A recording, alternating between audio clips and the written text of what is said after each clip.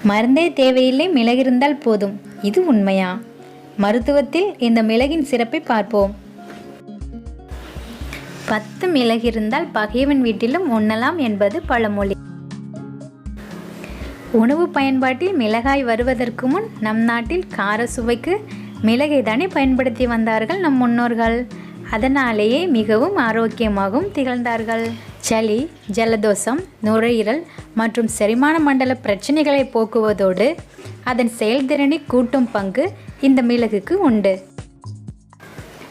பசும்பாலுடன் சம அளவு தண்ணீர் சேர்த்து 10 பூண்டு பற்களை அதனுடன் சேர்த்து கொதிக்க வைக்க வேண்டும்.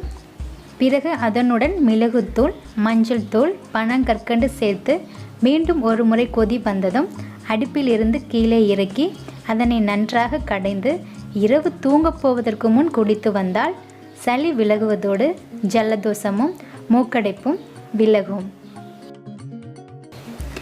மிளகுத்தூளுடன் தேன் அல்லது பனங்கற்கண்டு சேர்த்து சாப்பிட்டு வந்தால் இருமல் உடனே நிற்கும்.